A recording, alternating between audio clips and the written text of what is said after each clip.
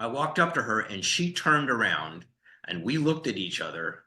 Now, it seemed like we stared at each other for 5 minutes. It was probably 5 seconds, Time but it stopped. seemed like that. And we both obviously talked about this later.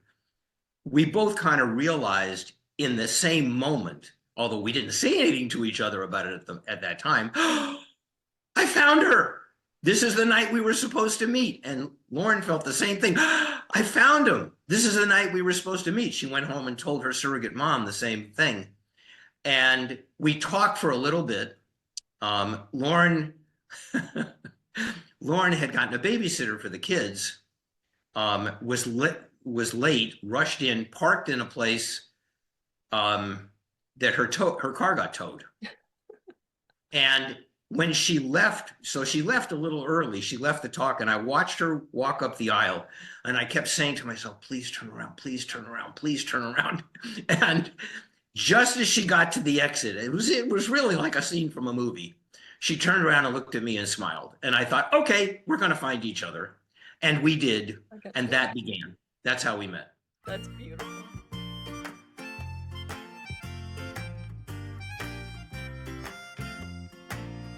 So I have the pleasure of welcoming Stephen Simon to the podcast, Sunday Communion podcast today. And I just want to thank you and welcome you, Stephen.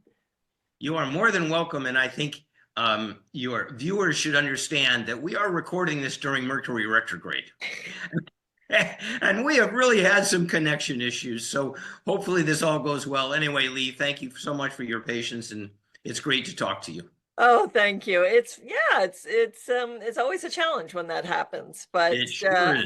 having the knowledge ahead of time and knowing that there's a potential hiccup, you just roll with it. So Absolutely. let's just see what happens.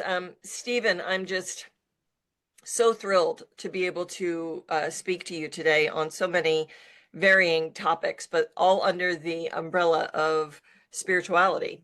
And we're here mostly really to talk about this extraordinary book that you wrote. And let's just jump in there and then we can go to the other areas after that. But tell us about your book, What Dreams Have Come. Okay, so my wife, Lauren, is a medium and an intuitive and the love of my life, my twin flame, deeply spiritual person. We spent 24/7 together for many, many years, all the years of our marriage. And as I think you probably said in pre-introductions to this, one of the films that I produced was What Dreams May Come. And I also produced Somewhere in Time. What are those movies about? They're about a man searching for his forever love beyond the veil.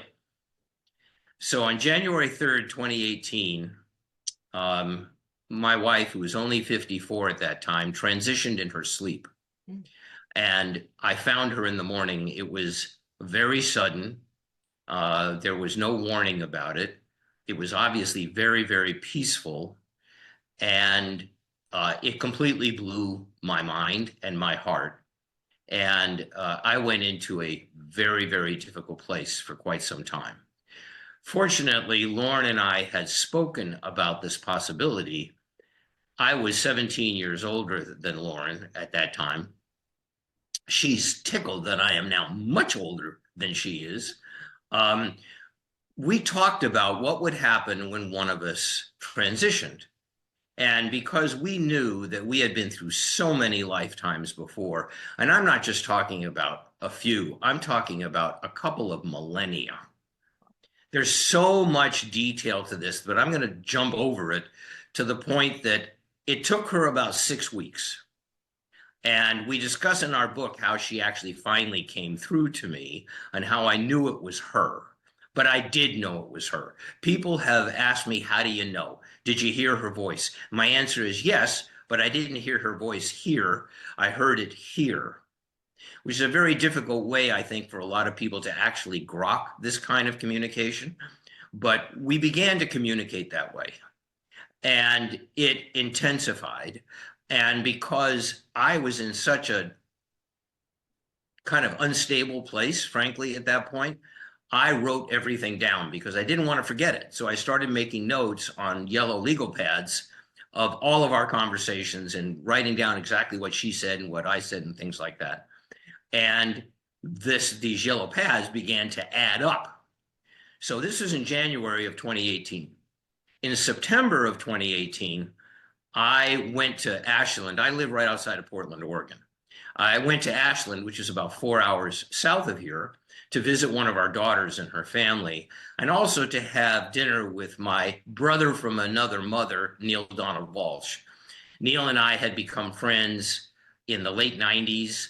I wound up producing and directing the film version of Conversations with God, and a dear, dear friend. So we had dinner when I went down there, and I was facing the windows of the restaurant. Neil and his great wife, Em, were across from me. It's important to understand that there had been no rain in Ashland for about 6 months. They were in quite a drought. So at one point early on in the dinner, Neil said to me, and he says, so how are you doing?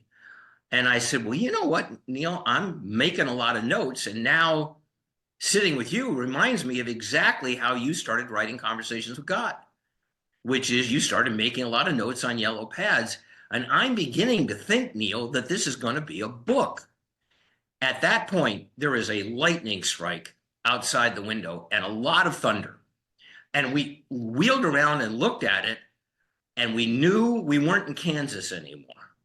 So Neil said to me, I already know the title.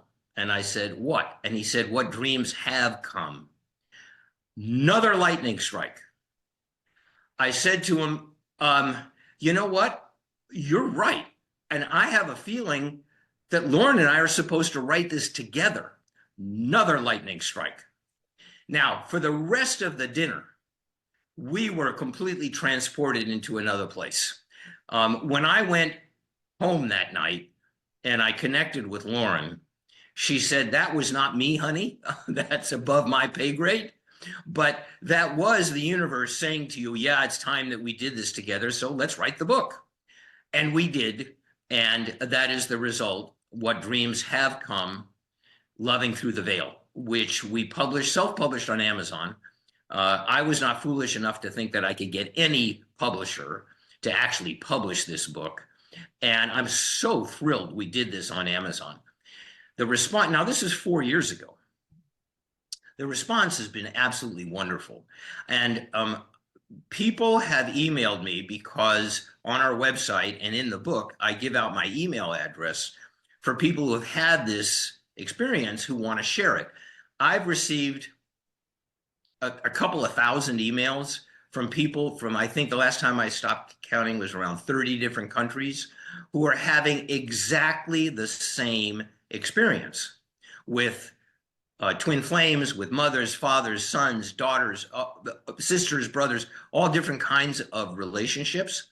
And it's been extraordinary for me because we all together understand that a lot of people in our lives say, well, you're crazy. You know, you're just making this stuff up to comfort yourself because you can't deal with the loss. And my response to that was, yeah, I thought that for months. I kept questioning this over and over and over again. And if anybody does get the book, you'll see that Lauren has an extraordinary sense of humor. And every time that I would say something like that, she would completely disabuse me of it with one of her famous comic lines. And that has been the last 4 years of my life. And that is really where I'm focusing, because the veil, which I used to say is thinning, I am now convinced that the veil is lifting, and that there are going to be more communications and more contact now between us and the other side. One other thing, and then I'll shut up for a minute. You know, I'm kind of Frank Sinatra had a great line once about Sammy Davis Jr. He said he's such a ham.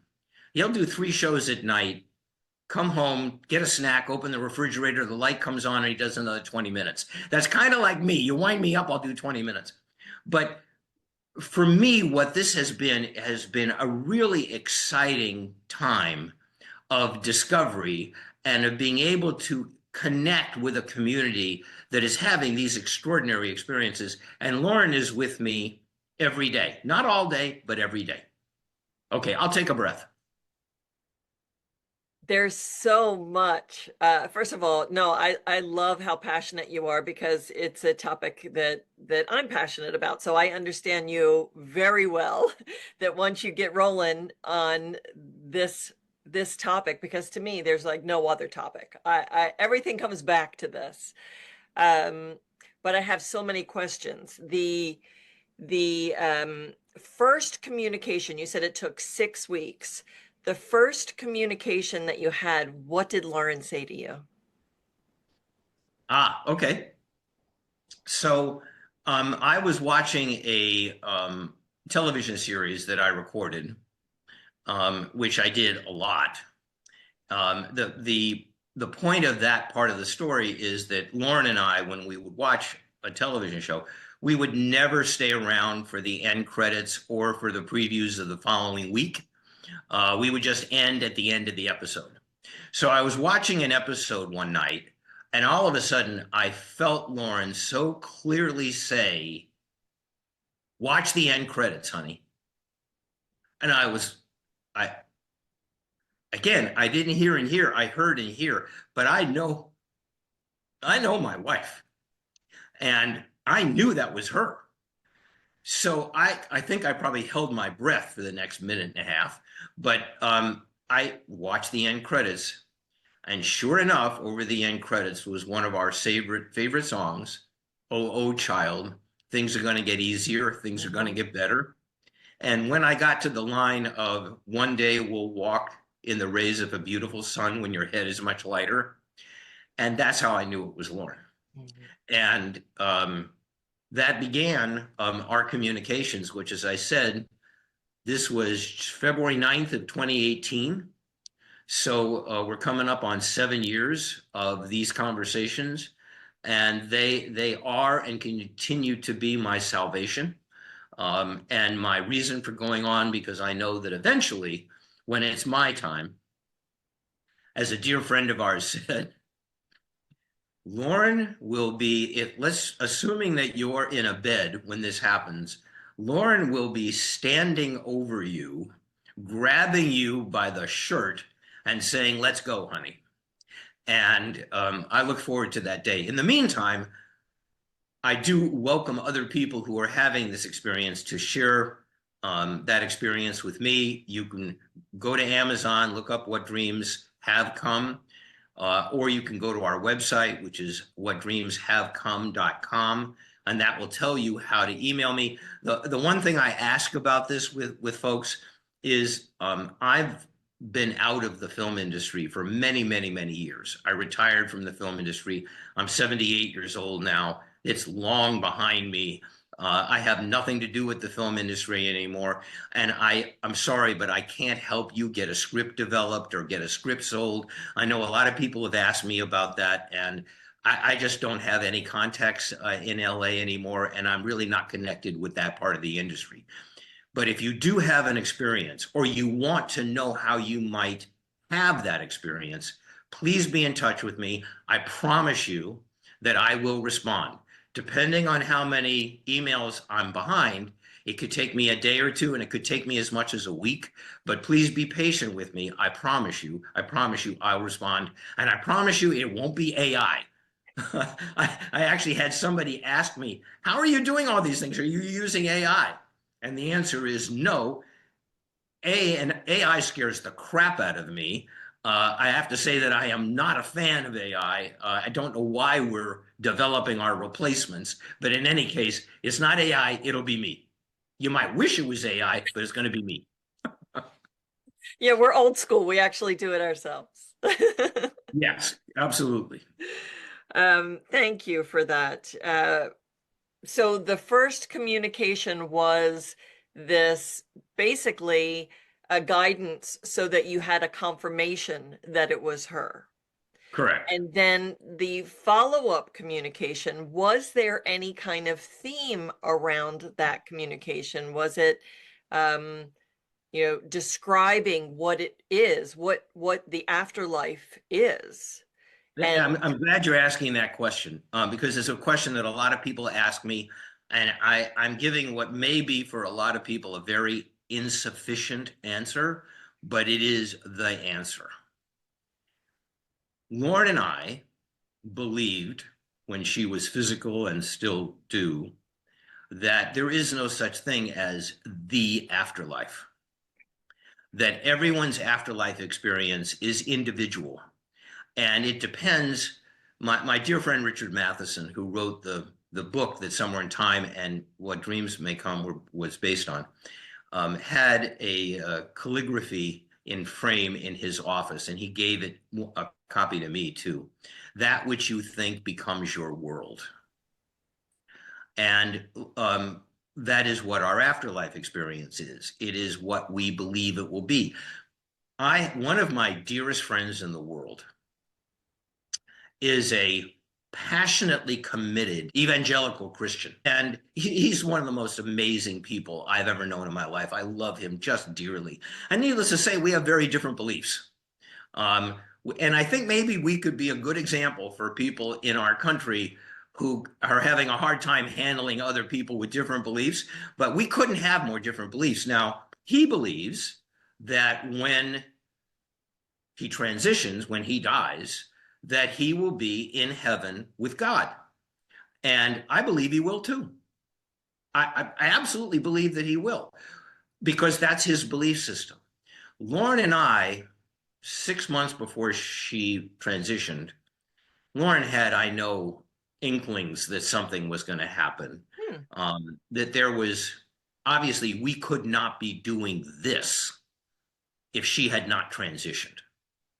And while we had thought it would be me, there was that great line about, you want to make God laugh, talk about your plans. right. While we thought it would have been me, it wound up being her. And one night, several months before she transitioned, she kind of went into trance, which she did at times, and said, honey, we need to design our afterlife.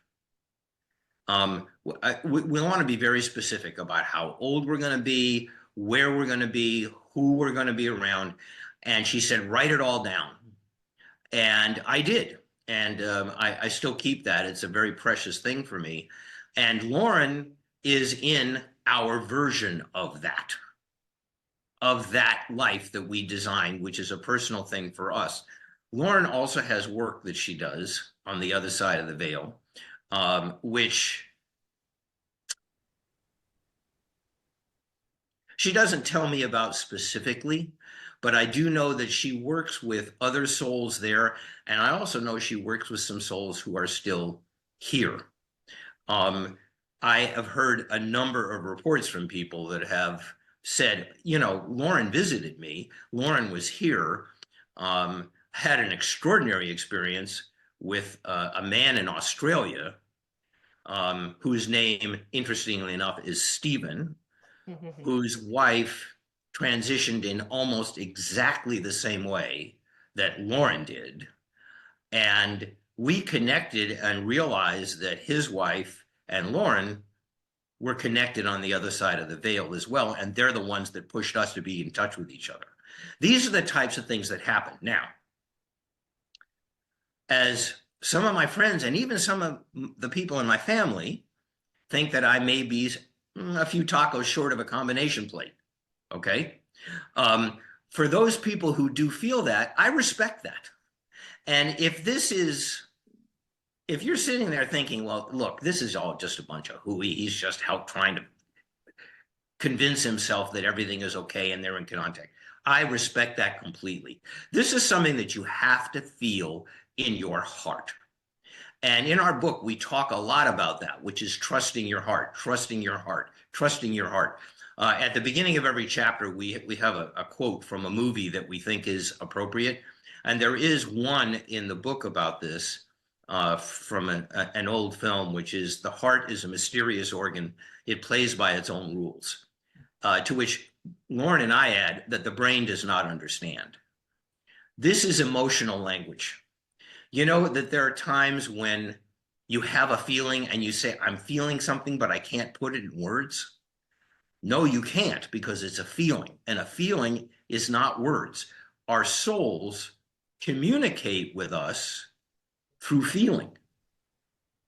These are wordless communications. And we talk a lot in the book about trust your heart, trust your heart, trust your heart. And that's difficult. That for a lot of people who spend a lot of their lives here, and I would probably say at least most people probably do, um, connecting through here is a different experience. It takes time and it takes some practice, but when it happens, then you know that that communication is real and you can trust it. And now there is a very physical tell. How can I put this? Lauren may or may not be here with us right now. There are times that she does not let me know that she does a check-in. But there are times when she wants me to know that she's around, and there's a very definite physical tell that happens. There's a feeling that I get within myself. I do a lot of yawning because it changes kind of the air density. I know this sounds completely insane to a lot of Not, people, well, but not to me. I want one of our great goals right now is to normalize this. Is this ever going to be mainstream? Heck no. Oh, no. I mean, we're not expecting that. Maybe eventually someday that will happen, but that's not the goal. The goal here is to say to those of you who have this experience, know other people that are having it, whatever, you're not alone. You're not crazy. We're here. Well, your goal is also my goal. And so I love that we're connecting because I kind of came out of the psychic closet to say, okay, I had a near-death experience in 2008. And I kept that kind of off to the side, wrote a book about it back then. And then this past year, it was coming back and Spirit was saying, no, now it's time to integrate. It's time to fully step into this so that others can feel comfortable talking about this subject. Um, so normalizing this kind of conversation so that people don't think, only people that are woo-woo have this conversation. No, grounded people that look like us have these experiences and want to have these conversations. That lights me up. I'm loving this. Thank you so And much. it's also empowering for other people. People read about a near-death experience like you had, and the fact that you had whatever experience you had during that, it's empowering for people because I think we all at least want to hope that this is not all there is.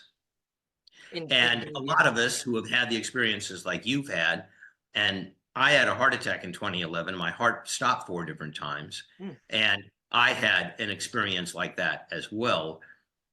We know this is not all there is. We know that we're finding out more and more about humanity and what it really is, and what it may not be, where it may be heading. Now, I'm going to really go out here a little bit.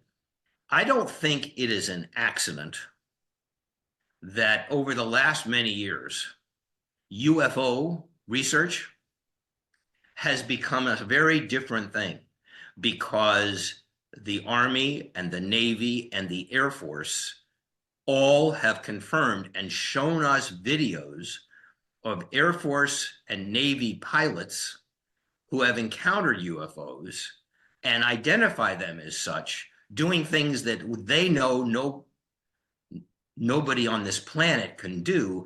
And these are not exactly flakes. If you're a Navy pilot today, you're in an 80 to $100 million aircraft that you have complete control over. They don't let people who have any screws loose up on those planes. I don't know what that has to do with anything, but I do have a sense that there are things coming into play where we're going to realize something about our humanity that we've wondered about for a long time. I don't know what that is, but I do think it's coming.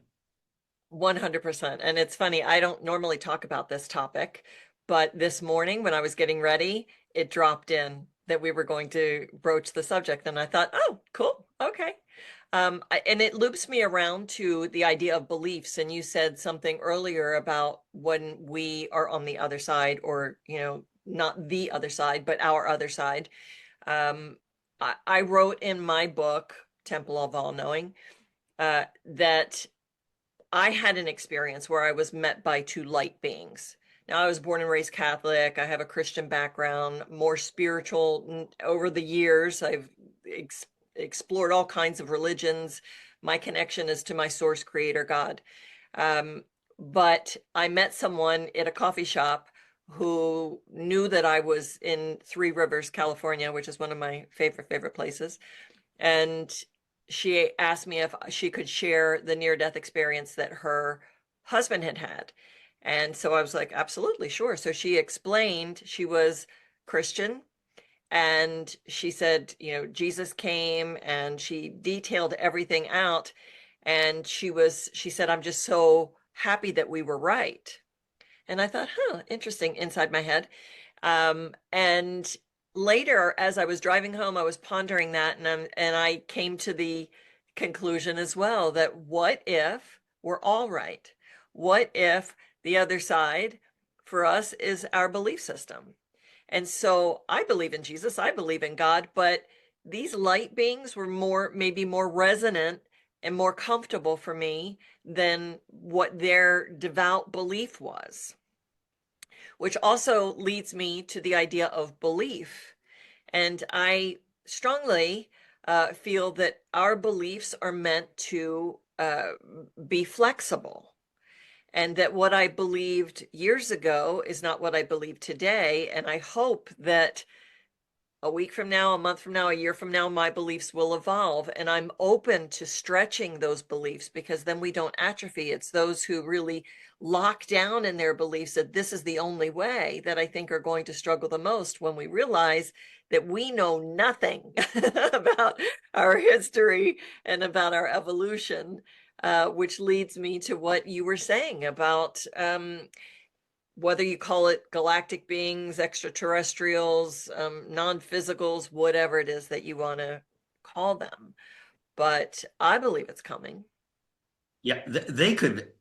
I have no idea who and what they are, but they could even be us, um, Some say coming they are. back, coming back in time from a very distant future, to kind of give us a warning. There's a wonderful film that I recommend to everyone who hasn't seen it, called Arrival, Right. which is about the first time that, quote, they, quote, arrive and make their presence very known. And it is one of the most beautiful, emotional, gorgeous films about what it means to be human, what memory is, what so-called reality is. It's available on most cable stations. I tell you, anyone that watches this film is going to be deeply moved by it, I'll put all the because links below in the comments. So, uh, the the the idea that whoever these beings are might be hostile to me is rather ludicrous, because why? I mean, if they can do what they do now, they could just flick their fingers, destroy the whole planet, and move on. Again, I don't want to get too sidetracked into that, but it is one of the great things about, as Shakespeare said, there are more things in heaven and earth than are dreamed of in our philosophy. And there are. And I think it's magical as we get older. I think we become more open to those things. At least I hope we do. And I have to say that this is one of the most fascinating times of my life. Nothing will ever come close to equaling the time that I had physically with my wife, until we're together again. that's beautiful. I was going to ask you, because your career has been, quite the career. Yeah. Um, and I do believe that we have all chosen to be here during this particular time in human evolution for the big show. I've been saying this for years. I'm like, we came, there's something extraordinary happening. Can I tell you exactly what that is? No, and that wouldn't be very fun anyway, because the fun is really the magic of it is what's evolving. And and so I believe that we've chosen. And I also believe that sometimes we can choose not to be here. And I'm curious that maybe Lauren chose to do that. I don't know how she transitioned, but you said it was peaceful and it was during the What, night. what happened? What happened was, now we did not. Obviously, the EMTs came. They were the same folks that had saved me when I had my heart attack, so I knew them well. In my wife's extraordinary way, when that happened after I recovered, she had all of the people from the fire station that had been a part of my rescue and their wives to our house for dinner as a thank you.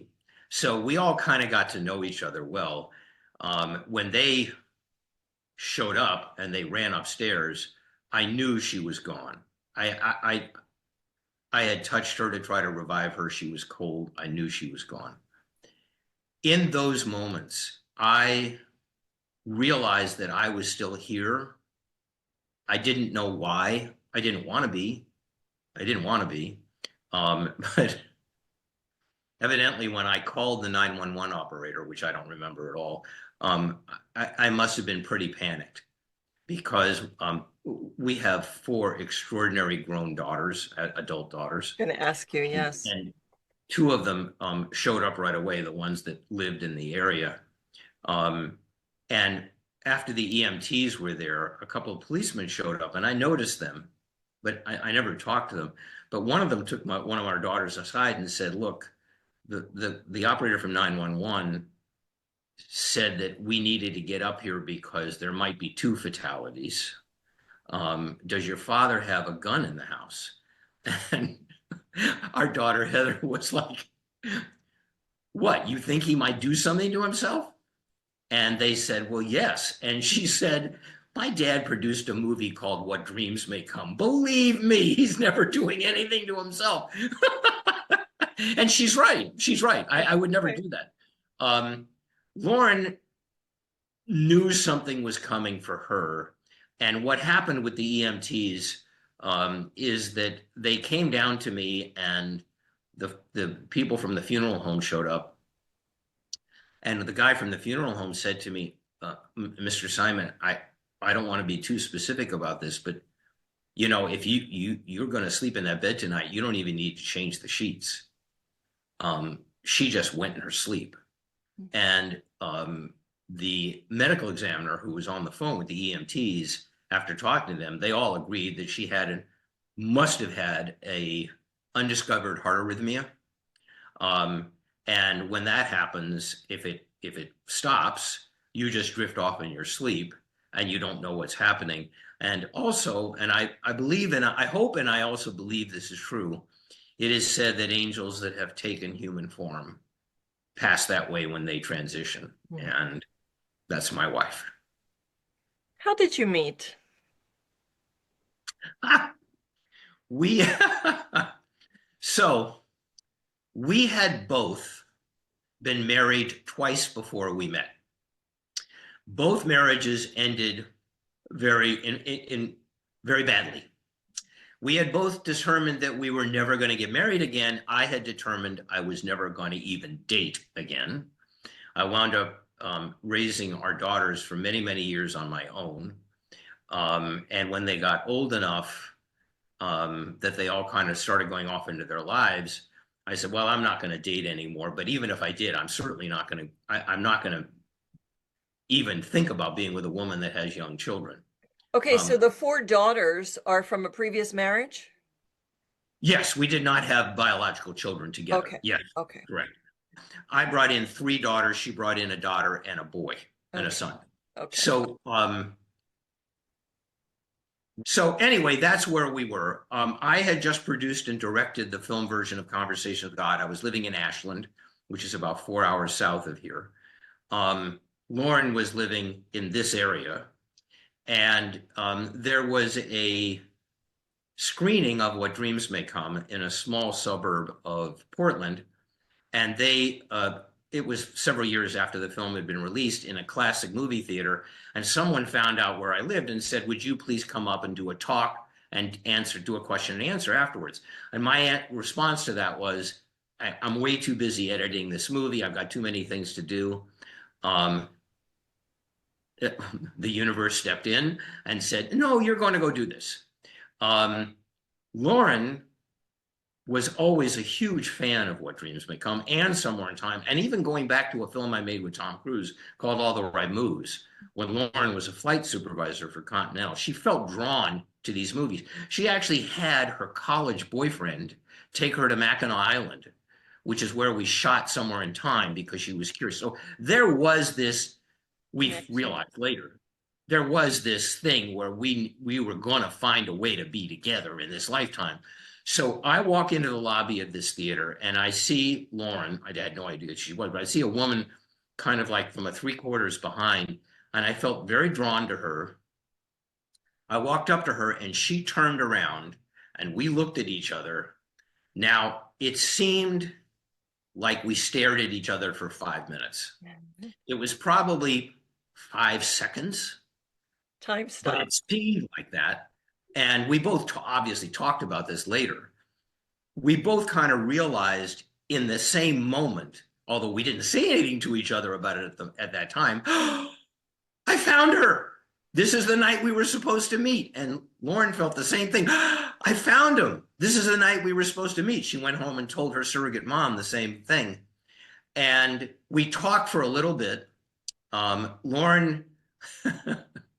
Lauren had gotten a babysitter for the kids, was late, rushed in, parked in a place that her car got towed. And when she left, so she left a little early, she left the talk, and I watched her walk up the aisle, and I kept saying to myself, "Please turn around, please turn around, please turn around." And just as she got to the exit, it was really like a scene from a movie.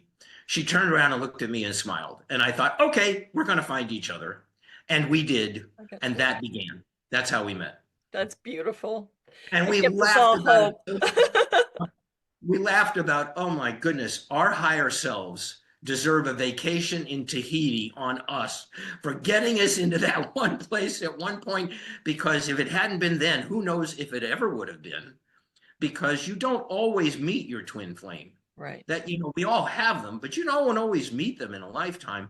And so that was a very fortunate thing for us. And then from that point forward, we were inseparable. That's a beautiful story. Thank you for sharing that. Yeah, I feel her. Even from our original point of connecting. And then when I read the bios of the books, I definitely could resonate with her. We have some similarities going on there. But What Dreams May Come has been one of my top 3 movies since it came out. I own it on DVD. It's always been a very special movie, along with The Last Mimsy. Now, you didn't have anything to do with The Last Mimsy, but they have, supernatural kind of vibes to them. And then I found out that you wrote another book called Force is With You, right? Yeah, The Force is With You, Mystical Movie Messages That Inspire Our Lives. It was a book that my dear friend Neil basically browbeat me into writing. I was still living in LA. And, this was the late 90s. And when Neil was really in Conversations with God, I think I love those books. I have those as well. Yeah. I think the original spent 20, 25 weeks at #1 on the New York Times bestseller list. And he was really doing his thing. And I was in LA, and it was after What Dreams May Come had come out. It had been quite an experience, Dreams, which we'll talk about in a minute. It took me 20 years to get that movie made. Oh. But I knew something had to change in my life. And Neil said, well, you're going to write a book. Write a book about spiritual movies, because, you've made them, you know them all by heart. Write a book. And I was like, Neil, I'm a filmmaker. You're the writer. I'm not writing a book. And finally, one day he said to me, Stephen, you're writing a book. Do you want to argue with my source? And I'm like, okay, I'll write the book. So that wound up being The Force Is With You. And he got it published under his imprint at Hampton Roads. And that kind of got me started more into really focusing on spiritual movies. And he finally got me to leave LA to go live in Ashland where he lived and to work with him for a while. And that's where I was living when the idea of the Spiritual Cinema Circle came up, which was a company that I had a co-founder. The two of us put this business together where we would send out spiritual movies every month to our subscribers, and they got to keep the DVDs that we sent them on. Again, we premiered in 2004. This is just when Netflix was getting going and things like that. And eventually we had 25,000 subscribers, monthly subscribers, and it was all inspirational movies. And that really kind of led me again into making Conversations with God as a film, and then to eventually moving to Portland to be with Lauren, and that eventually led to the book. So everything was kind of interconnected, and I just feel like now that I've been able to go with the flow, that is going to be what the rest of my life is. And But no more movies. no more movies. No more movies. Okay, so I am curious because it's felt like there was this momentum about spiritual movies, inspirational movies, even metaphysical movies. And then it seemed like that stopped and the world got dark for a while. And now there's a resurgence of more religious based or Christian based movies. And The Chosen, the success of The Chosen, huge. And some additional ones. Mel Gibson wanting to also get back into what's the name of the Passion of the Christ. But the second one that he wants to do, is it the Passion of the Christ was the first one, and then he wanted to do like the second version.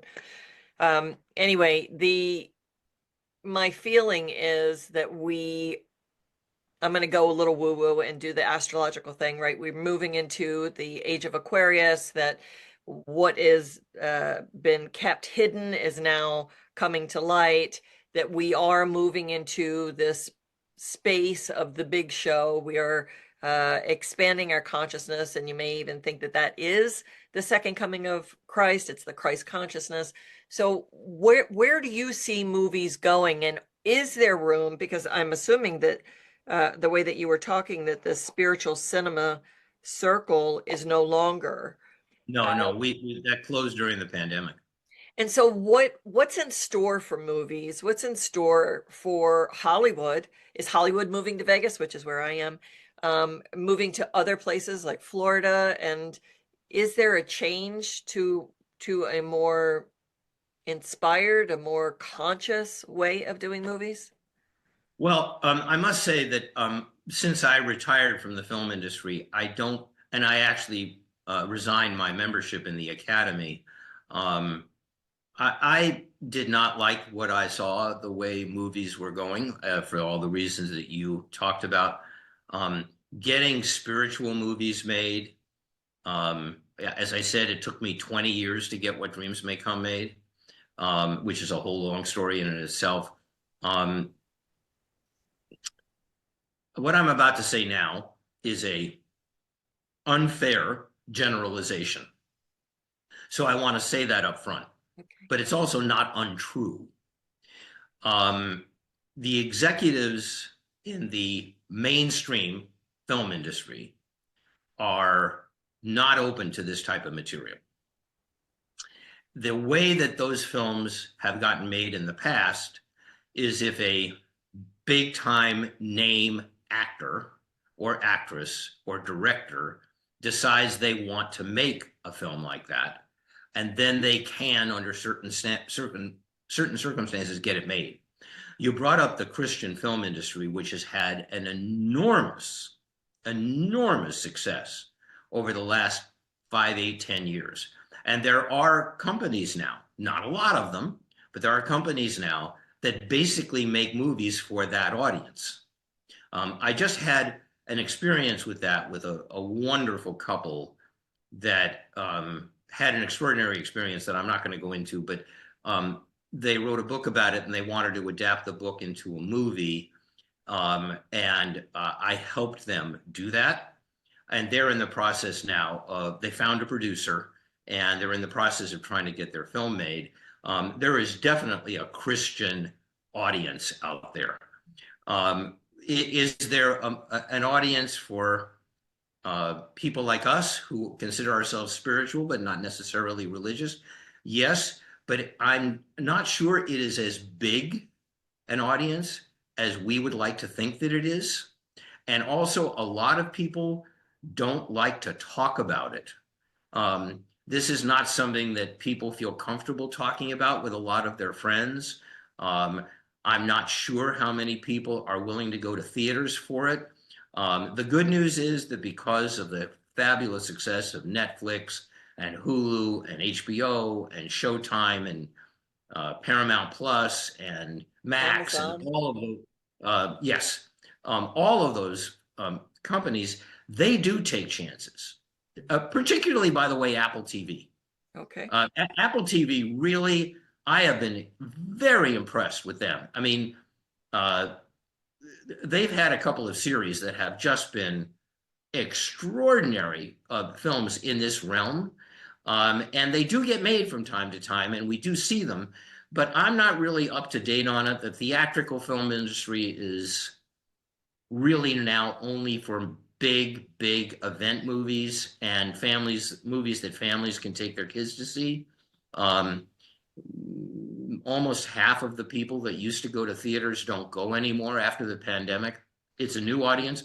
You know, children's films like Moana 2 are huge successes. I'm hoping that there will eventually be an outlet that will make these films. There are some production companies that I know are doing it that are run by actors. Um, but it's not easy getting these films made because, again, the people who are the ones that are enabled to give you a green light don't really share this kind of philosophy. To them, it makes them uncomfortable. Mm. And now this may be changing. I don't know because, as I said, I don't keep track of it as much anymore. Thank you for your insight on that. What dreams may come? Let's just touch on that for a little bit. Was the success of What Dreams May Come because you got Robin Williams? Or was it the right time? Do you think that that movie would be successful now? Well, first of all, thank you for calling Dreams a success I because love I it. certainly consider it a success, and I know the people who love it consider it a success. It did not make money, and because of that, Hollywood considers it a failure, which was one of the reasons that Neil said, "You got to get out of Hollywood. You got to stop with this, trying to do this stuff mainstream." Um, Dreams to me was there were two films that I knew that I came here to this lifetime to make. It was Dreams and it was Somewhere in Time. I had to make those films. And the adventures I went through with Dreams to get it made were just mind boggling. And it would be a whole other show for us to talk about what that was. But to answer your question, yes, I finally got an Academy Award winning screenwriter to write an adaptation of the book. Which was not easy to do. And again, the studio that developed it only said yes to developing it because this extraordinary man, Ron Bass, was willing to write it. Ron won the Academy Award for Rain Man for the screenplay for that. And he was an extraordinary writer. So we got that. And as soon as we got that, all of the executives at that studio changed, which happens all the time. They get rid of their films. So we were out in the wilderness again for a while. Finally, I found a director after going through so many world famous directors reading the book and saying, boy, I'd love to do this, but I just don't know how to do it. I don't know how to put it on the screen. I finally found a director that from Australia who knew how to do it, said he knew how to do it. And we found a company that was willing to get it financed. But we were told only if you get Tom Hanks or Robin Williams to star in it. And we couldn't get Tom Hanks. He was committed for like 3 or 4 other films. Robin had just come off Good Will Hunting and his Academy Award and all that stuff. And so we sent it to Robin. And I remember the head of the studio calling me and saying, you and Vincent Ward is the director, need to fly up to San Francisco and meet with Robin. And we were like, oh, thank you. And we flew up to San Francisco. We walked into, we sat down in his room. He walked in, and the first thing that Robin said was, guys, I got 2 things to tell you. Number 1, this is going to be my next movie. Number 2, I'm going to play all the parts. Every single role, I'm going to play them all. And if you don't do that, I'm not in the film. He was serious. No, he wasn't serious. Okay. Fortunately, we both kind of had a sense this is Robin being Robin. And so that's how the film got made. But there are so many twists that go down the road, including the fact that the production company who got their financing from a larger company, the production company, we started filming the movie. We were about 2 or 3 weeks into it. And the financing entity got in touch with the production company and said, what the hell are you people doing making that movie? We never greenlit it. And the extraordinary man who ran the production company said, oh, yes, you did. And I have it. I have it on tape. I have it in writing. You did. And the head of the said, no, we didn't. What are you making that movie for? Because it cost pretty close to $90 million. Excuse me. So anyway, there were so many different adventures with that, with Dreams. We previewed it so many different times. People either loved it or hated it. And there were very few people in between, very few people in between. So we knew we were going to get, let's just say, mixed reviews, which were mostly wildly negative. Although I will tell you one quick story here. Do you remember the old film critics Siskel and Ebert? Sure. Okay. So Gene Siskel became a friend of mine when we were in college. He was at Yale, I was at Penn, and we just kind of met each other as, 2 people who wanted to be in the film industry. And then Gene becomes this really famous critic, and I become a filmmaker. And I think, oh, I got it. This is great. I'm going to get great reviews for my films. And Oh, no. Gene went on to pan every single movie I ever made. I mean, as a matter of fact, he and Roger, when I made All the Right Moves with Tom Cruise, he and Roger got into a big argument about it. And Roger said to him, I know this producer is a friend of yours, Gene. He made a serious teenage movie. And Gene said, yeah, too bad it sucks. And I mean, this went on. So I finally saw Gene years later at a junket for another film. And I said to him, are you ever going to give me a good review? And he said, are you ever going to make a good movie? Oh, it sounds like him, right? So this went on. So we're previewing Dreams for critics. And then I'm sent an advance copy of the Siskel and Ebert review. And Gene called it one of the great achievements in film history. And I tried to get a hold of him, and I couldn't because he had brain cancer and he was dying. And I know when he saw the film, he saw a future for himself. We never did speak, but I'm glad that if he liked one film, it was Dreams. That's really beautiful. Yeah. The visual effects for that movie, for its time, were extraordinary. And I find that it's one of those movies that stands the test of time. Because I've gone back and, the older that you get, you want to go back and you want to revisit things that meant something to you. And whether it's television shows or comedies or whatever. And I find that so much of them, I can't, things are so fast now that they don't hold the test. But that movie, I would love to see it revisited. I'd love to see it back in theaters. I would love, and in its original form, not remade, because I think it was just so beautifully done. It It's doesn't, thank you for that. Its it doesn't, original form had a yeah. very different ending, by the way. Oh, You didn't really? see the original ending, which again we won't get into, but it has a very different ending. Um, Dreams, the effects. So Vincent Ward, the visionary director who put all of this together and had the courage to say, "I can do this." When the writer and I met with him to hear how he felt he could make it, he said, "Look, Annie, the character that Annabella Sciorra played so brilliantly, Beautifully, yeah. uh, in the book, she was a caterer. And he said, I want to make her an art historian or something like that, where she paints herself and they really communicate through paintings. And when he transitions to the other side, he wakes up in a world of wet paint where he is the only solidly human thing until he meets somebody else. And it will be a world of paint.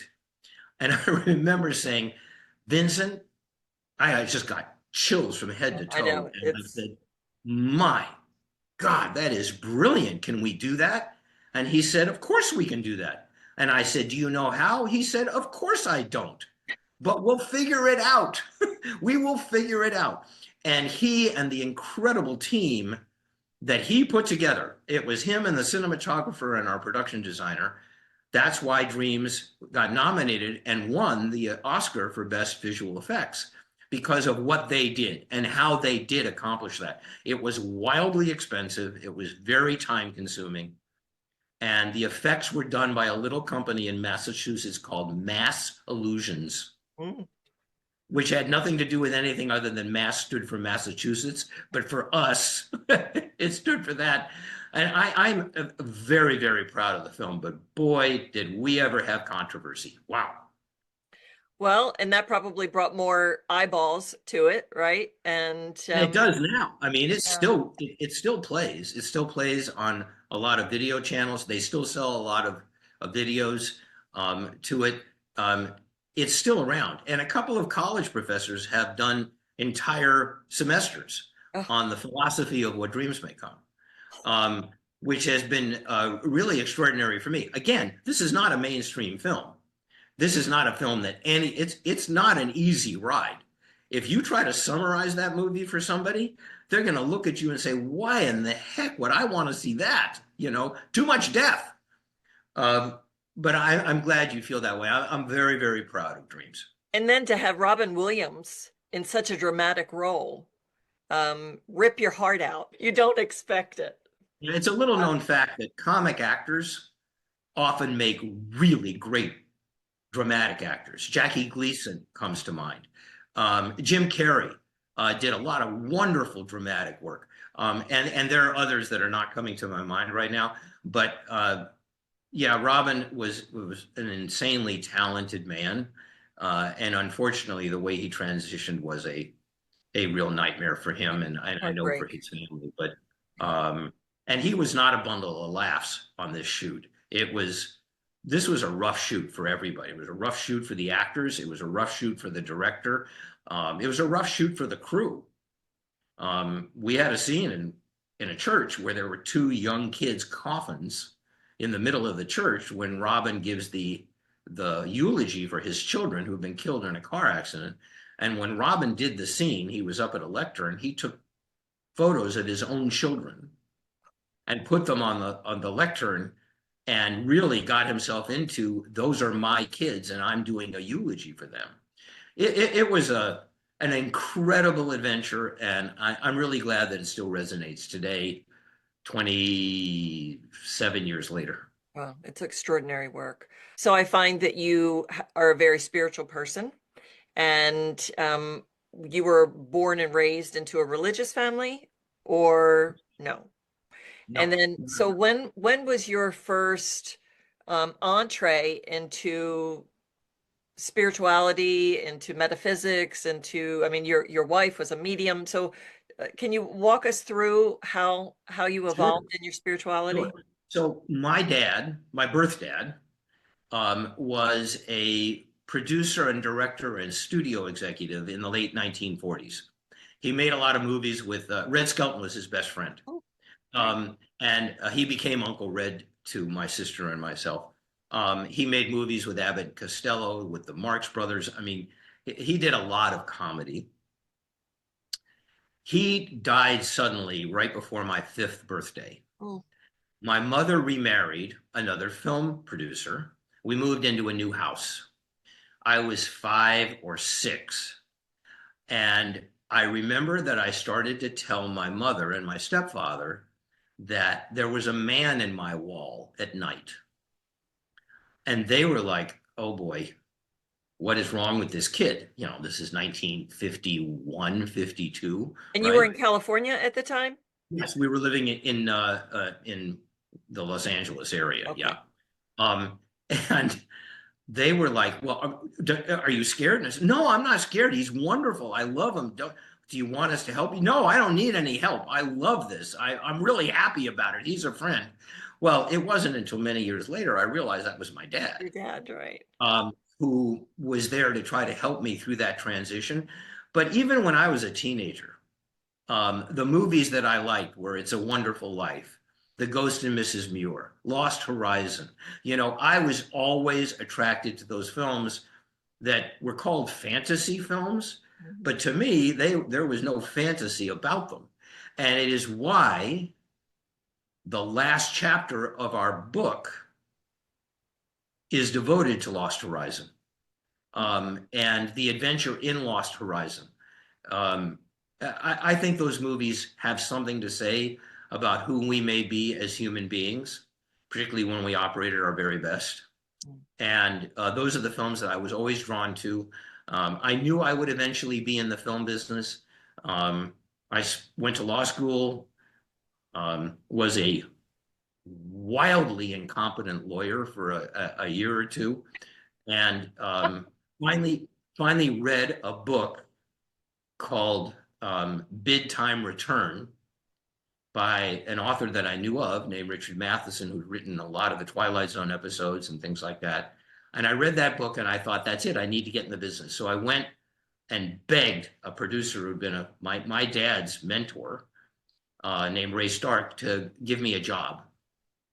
He How was a old were very good you at the friend, time? 30. Okay. So he was a very good friend of my mother's, and he and his wife. And he said, so I am going to take a Jewish young man's a Jewish young man out of the practice of law, and I'm going to have to explain that to your mother. No chance, kid. I'm not doing this. Well, I finally begged him and begged him and begged him, and he finally gave me a job as his assistant.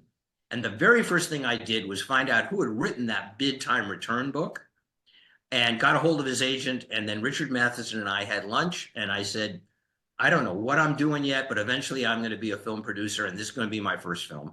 Please hang in there with me. And he did, and that became Somewhere in Time. Wow. So you're just open and allow for the process. You know, would you call yourself a seeker? Oh, my, without any question, yes. Okay. How has your belief system evolved over the years? Oh, um, I think I am more open and more flexible than I ever was before, because I see things happening in the world and around me. Um, I see what some filmmakers have been able to create on film, and I'm aware that there are a number of us around the planet today. It doesn't take that many of us to reach critical mass, and we have, which is one of the things that James Redfield, one of James's great contributions in the Celestine Prophecy, Yeah. was very much that. And so I decided I was going to talk about spirituality in film. And in 1995, I did a class at UCLA about spirituality in film at UCLA Extension. And I started talking to a guy that I had met, who was starting a spiritual center in Los Angeles called Agape. And I lived Michael, in LA for 11 years. I used to so go you to know Agape. Agape is quite a place. And Dr. so Michael Michael and Beckwith. I envisioned things together. He envisioned spiritual cinema with me, and I envisioned Agape with him. And I was very lucky to meet people along the way that actually encouraged me, that it was like, this is what you're going to do. When I was working for Ray Stark, he had every intention of making me eventually the head of Columbia Studios. He was grooming me for that. He actually controlled everything at Columbia at those days. But there was something within me that knew that wasn't my path. That is not what I should do. I'm not a judge, I'm an advocate. Um, Studio executives are judges, producers are advocates. Hmm. And I knew I needed to be an advocate. And that's what I was for the 35 or 40 years that I was in that industry. Good stuff. When I first moved to LA, I was born and raised in Baltimore, Maryland, and I worked for a real estate developer out of Manhattan, and then they had purchased a lot of buildings in Baltimore, and I was doing leasing and property management for them, and I decided to move to LA, and um, I knew one person, but needed a job, and so my ex-boss said, I'm gonna make an intro to you to Sherry Lansing. Oh, no kidding. I An met with old friend of Sherry. mine, I a met dear with old friend of Sherry. mine. She was such a doll. President of Paramount Pictures. He And was. I had a great meeting with her, and we chatted, and she said, I can give you a job today. She said, you'll be an assistant for somebody. You'll be running around and being basically a grunt, and you'll make no money. And she said, would you be happy with that? And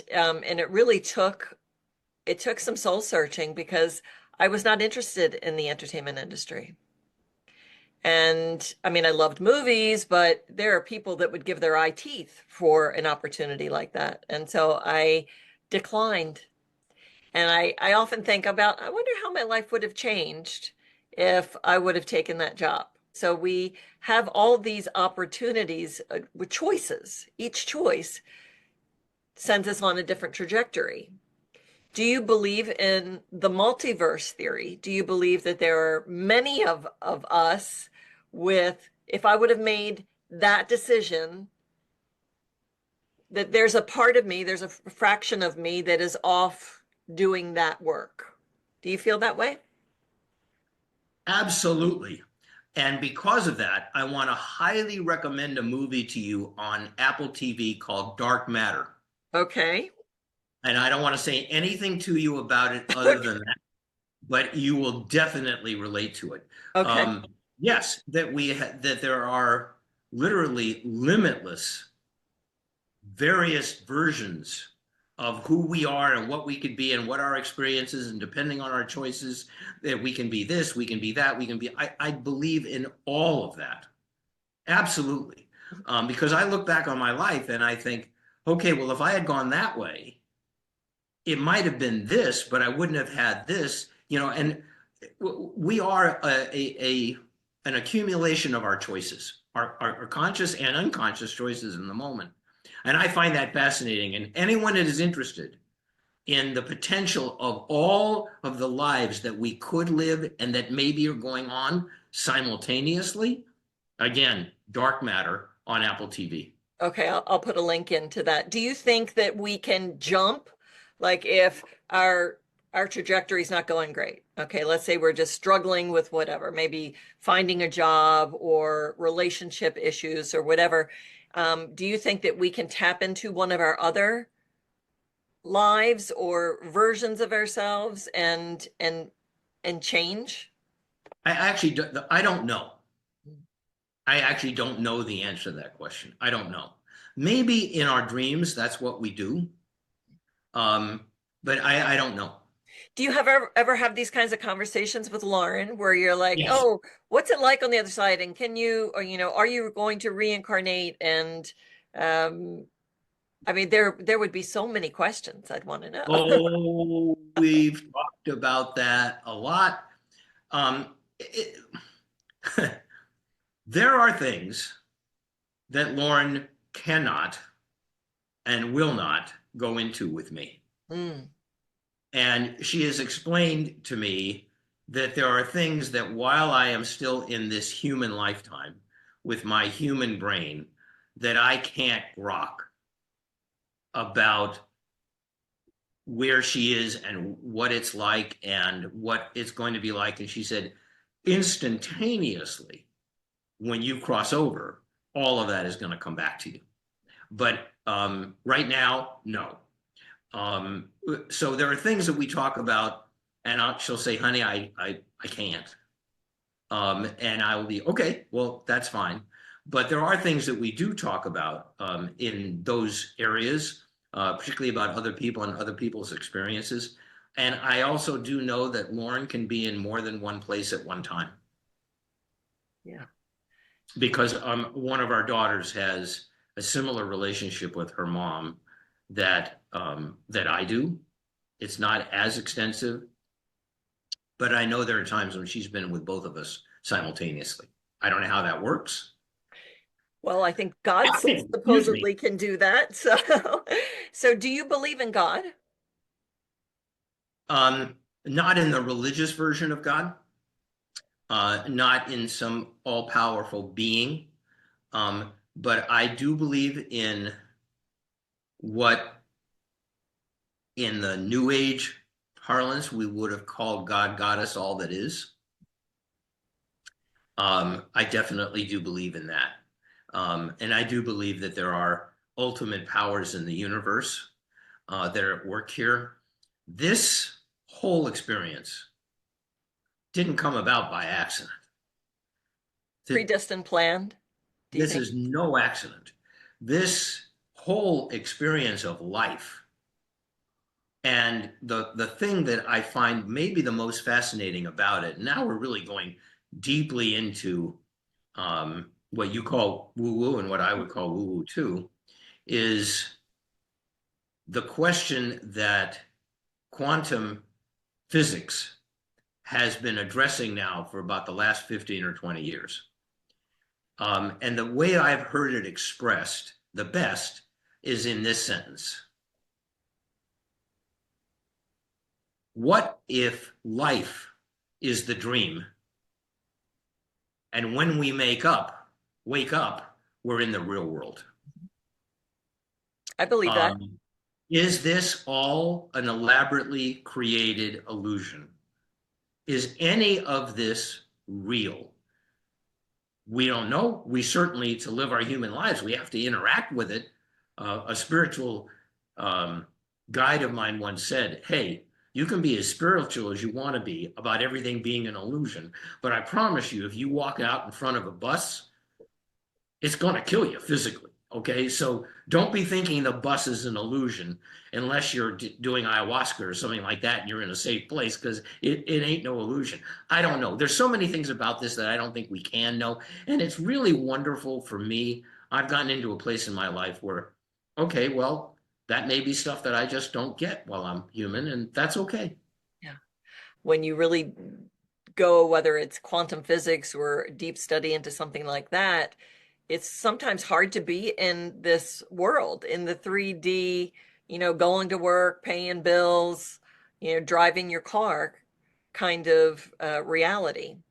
But the older Did that you I see get, Oppenheimer? Did you see the film Oppenheimer? oh, yes, Okay, so you know he saw the world differently. yes.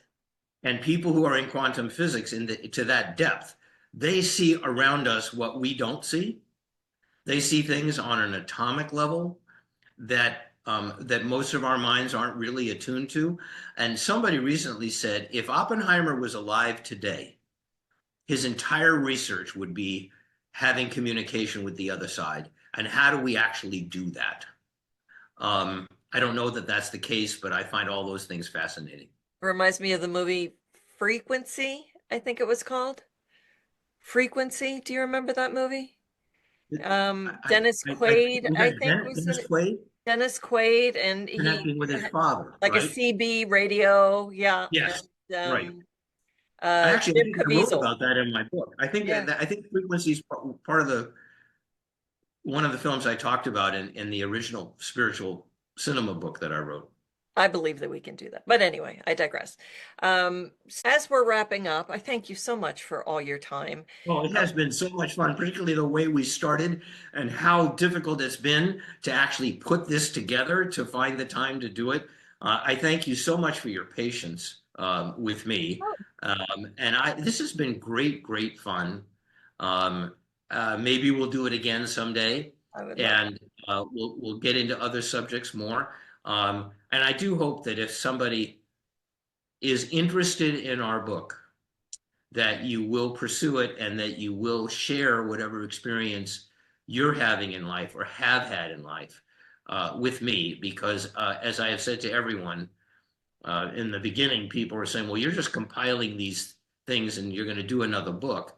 And I'm like, I am absolutely not writing another book about this, nor am I in any way going to violate people's convenient confidences. And I want to say again, I didn't think I said this before. Nobody sees these emails but me. Nobody. I don't have an assistant, okay? But if I did have an assistant, they would not be reading these emails. I do not read these emails to anyone else.